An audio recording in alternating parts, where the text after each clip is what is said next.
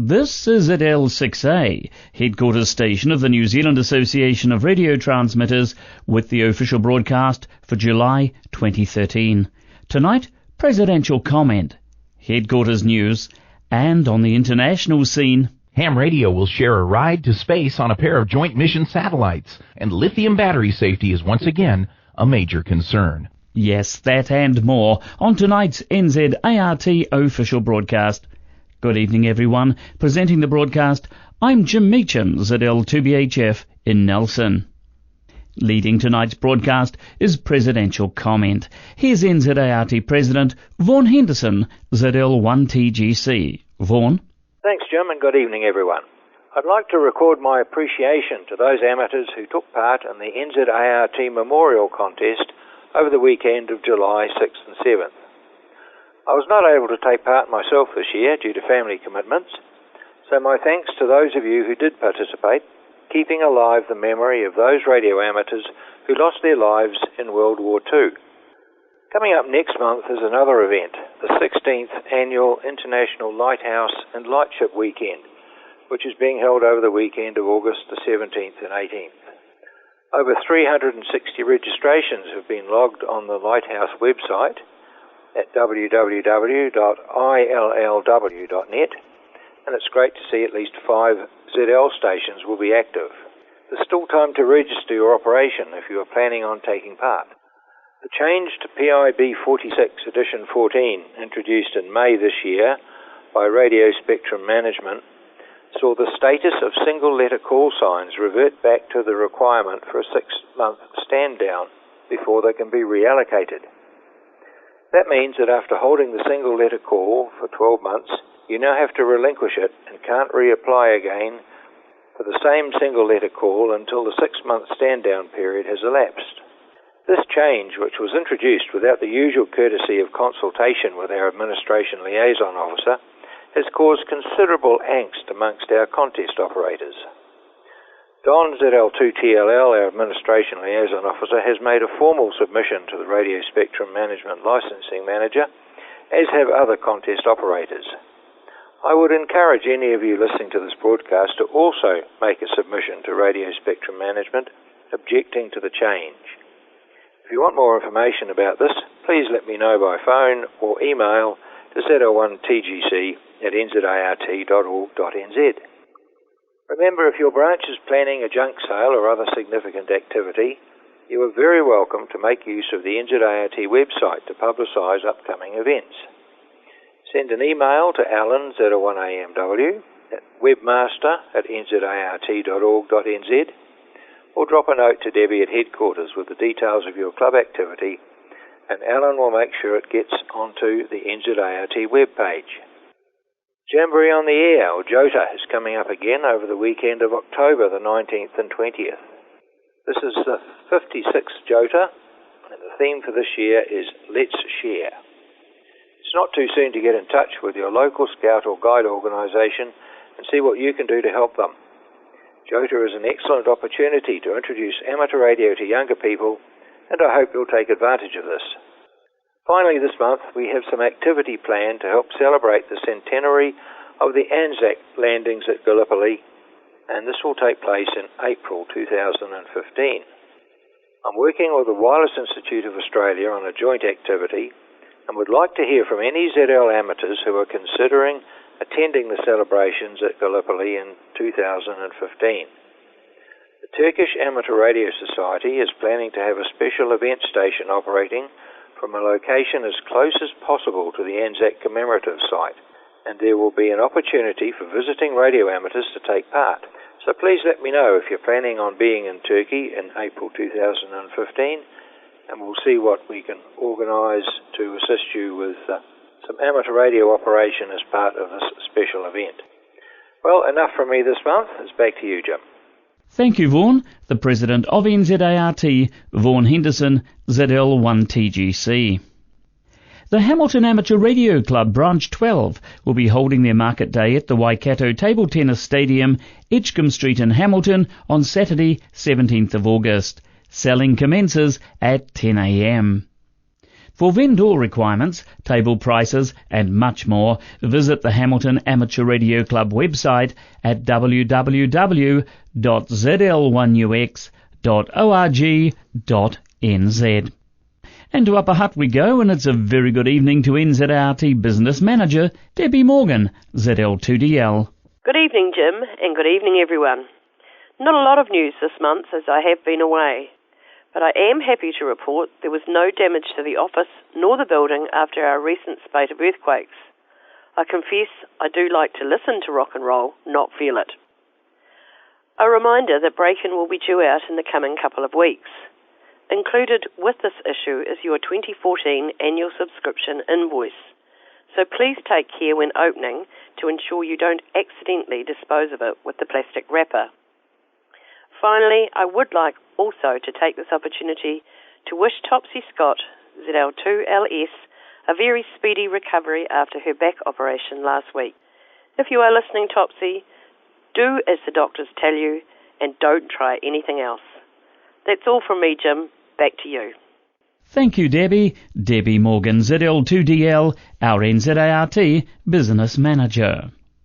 From the VHF, UHF, SHF Contest Committee, a reminder that the next contest is the Brass Monkey Contest, all bands 50 MHz and above, next Saturday, the 3rd and Sunday, the 4th of August. The contest after that is the Microwave Contest, all bands 921 MHz and up. That's on Saturday the 5th and Sunday the 6th of October. Finally, don't forget the Field Day Contest, all bands 50 MHz and up, on Saturday the 7th and Sunday the 8th of December. For all contests, the operating periods are 1700 to 2300 on the Saturday and 0700 to 1300 on the Sunday. New Zealand local time. The rules are available at www.vhf.org.nz. All contest logs should be sent to arrive within 2 weeks to ZL2WA at clear.net.nz with contest log in the subject line. For a look now at amateur radio news on the international scene, we're off to Houston, Texas to join Newsline's Skeeter Nash, N5ASH. It was announced during the QB5 presentation at the recent AMSTAT UK International Space Colloquium that 2 CubeSats carrying SSB, CW, and FM voice transponders could be launched into a 600-kilometer or 370-mile orbit in the first half of 2014. The QB50 project team says that on July 19th, it had signed a Memorandum of Understanding with AMSTAT UK, AMSTAT Francophone, and AMSTAT NL to enable 2 amateur radio payloads to fly on a pair of CubeSats. These are mission precursor mini-satellites whose purpose is to permit the testing of key satellite and payload components ahead of the full QB50 mission. The primary objective of the QB50 mission is the study of temporal and spatial variations of a number of key parameters in the Earth's lower thermosphere, with a network of about 40 double CubeSats. These mini-birds will be launched into a 320-kilometer or 210-mile-high circular orbit. They will be separated by a few hundred feet and carry identical space sensors. These will monitor parameters that will greatly increase our knowledge and understanding of this little explored region of the E and F layers of the ionosphere. QB50 will also study the re-entry process by measuring a number of key parameters during re-entry and by comparing predicted and actual CubeSat trajectories and orbital lifetimes. At the beginning of the mission, the various payloads on board the spacecraft will be operated in an alternating fashion. Later, the amateur radio transponders will be operated as the primary mission once all QB50-related experimentation has been concluded. For Amateur Radio Newsline, Norm Seeley, KI7UP, watching the nighttime skies from here in Scottsdale, Arizona. In a related story, the AMSAT News Service reports that the UCube-1 CubeSat carrying an amateur radio transponder as a part of its payload could launch in late October. As previously reported, UCube-1 will carry a set of AMSAT UK-designed FunCube 2 boards. These will provide the ham radio community with a 70-centimeter up and 2-meter downlink linear transponder for SSB and CW operation, along with a 1200 BPS BPSK telemetry beacon on 145.915 megahertz. The actual satellite is being constructed in Scotland by Clyde Space, with its launch to take place from Kazakhstan on board a Russian Soyuz 2 orbital booster. We are the Amateur Radio Newsline, heard on bulletin stations around the world, including the W0EF repeater serving Minneapolis, Minnesota. A recent investigation of interference to communications between pilots and the control tower for aircraft approaching Auckland Airport in New Zealand highlights the risk of unintended signals being generated as an unwanted side effect of radio broadcasting. Amateur Radio Newsline's Jim Meechan reports from Down Under. The investigation took several weeks to complete because of the low signal level and intermittent observations of the interference. Locating it involved considerable staff resources from the New Zealand Radio Spectrum Management Agency, as well as their renting an aircraft and pilot to locate the source from the air. When found, the problem proved to be an unwanted spurious emission from an FM broadcast transmitter in a community to the north of Auckland. The problem was quickly repaired by the broadcaster. In this case, the interference was not considered to be an immediate safety risk because of the availability of alternative aircraft radio communications channels. It did, however, present a significant annoyance and distraction to pilots flying into and out of the city. A recent study by New Zealand's neighbour across the Tasman Sea confirms the same problem exists in VK land. According to the Australian Communications and Media Authority, about 28% of the transmitters it checked showed the production of unwanted emissions, with many radiated in the aeronautical radio communication band. As such, these spurs do hold a potential risk to the safe operation of aircraft. For the Amateur Radio Newsline, I'm Jim Meechan, ZL2BHF in Nelson, New Zealand. Auckland Airport is a major airline hub in New Zealand. It serves domestic airline flights as well as a transfer point for passengers going on to other locations. A new group has been formed on Facebook for hams wishing to schedule contacts with other amateurs worldwide. If you need a particular contact for an award or just a chat, then go to facebook.com/groups/hamsked and have a look. Much of today's latest portable electronics, including ham radio gear, is powered by lithium or lithium-ion batteries. But these same batteries have also become a safety concern, as we hear from Graham Kemp, VK4BB. Lithium batteries are undoubtedly popular, going by their wide use in consumer products and even higher power models in electric vehicles. However, they have been linked to fires, illicit drug makers and medical problems. The recent death of a toddler in Queensland and others injured after swallowing them has again focused attention on the common power source. From January 2013, stricter regulations for the carriage of lithium batteries by air travellers was introduced, so it's best to check with your airline for the rules. They are new as of January 2013. A battery can also be a convenient source of lithium metal used in illegal meth labs. Sales of larger quantities are restricted for this reason in some areas. International industry standards for button batteries are soon to be introduced as an urgent safety measure. These are likely to include strengthened consumer education about the dangers and child restraint packaging for the cell batteries.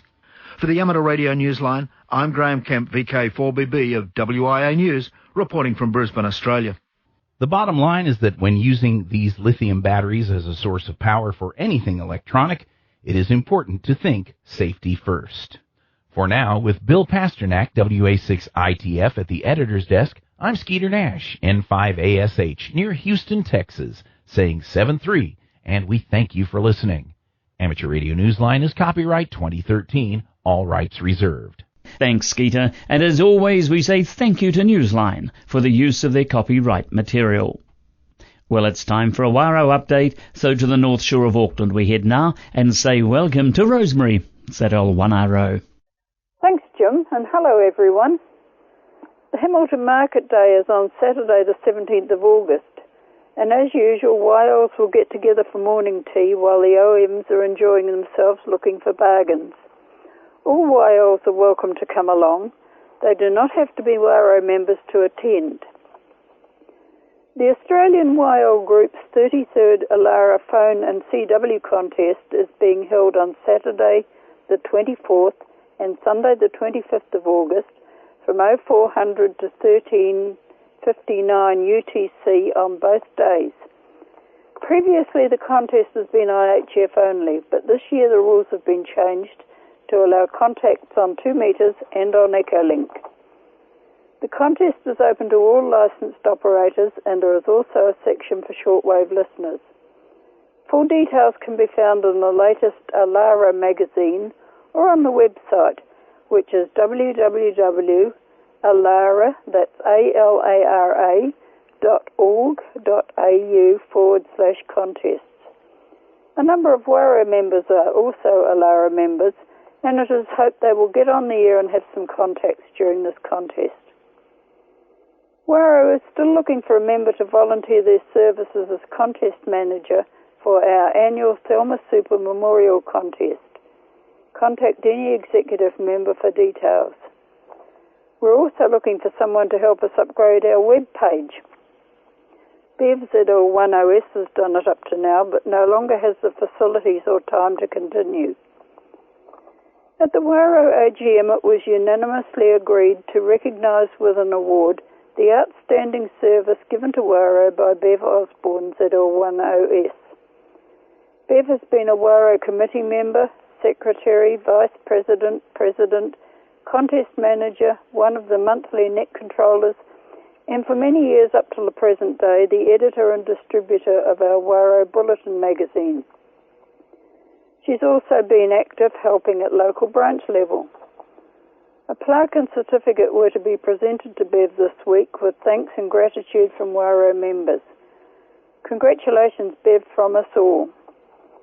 That's all from WARO for this month, Jim. Good night, everyone. And thank you, Rosemary. Reporting for WARO, Rosemary Boshier, ZL1RO. Finally, in tonight's official broadcast lineup, it's branch news. Here's Stephen McNeill, ZL4HG. Thanks, Jim, and good evening, everyone.